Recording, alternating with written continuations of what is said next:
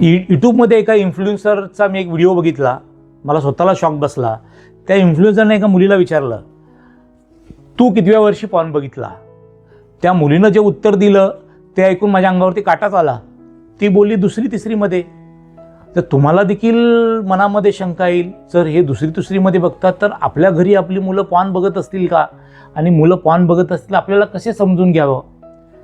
सगळ्यात सिंपल गोष्ट, ज्यावेळी मुलं आयसोलेटेड असतात, रूममध्ये एकटे असतात, रूमला आतून कडी लावतात आणि सगळ्यांच्या पासून दूर राहून रात्री अपरात्री जागे राहतात, किंवा मुले बराच वेळ बाथरूममध्ये जातात आणि बाथरूममधून बाहेर येत नाहीत किंवा मोबाईल बाथरूममध्ये घेऊन जातात, त्यावेळी आपल्याला थोडासा शंका यायला काय हरकत नाही. कुठे ना कुठे मुले पॉर्न बघत असतील तर तुम्ही काय करू शकता?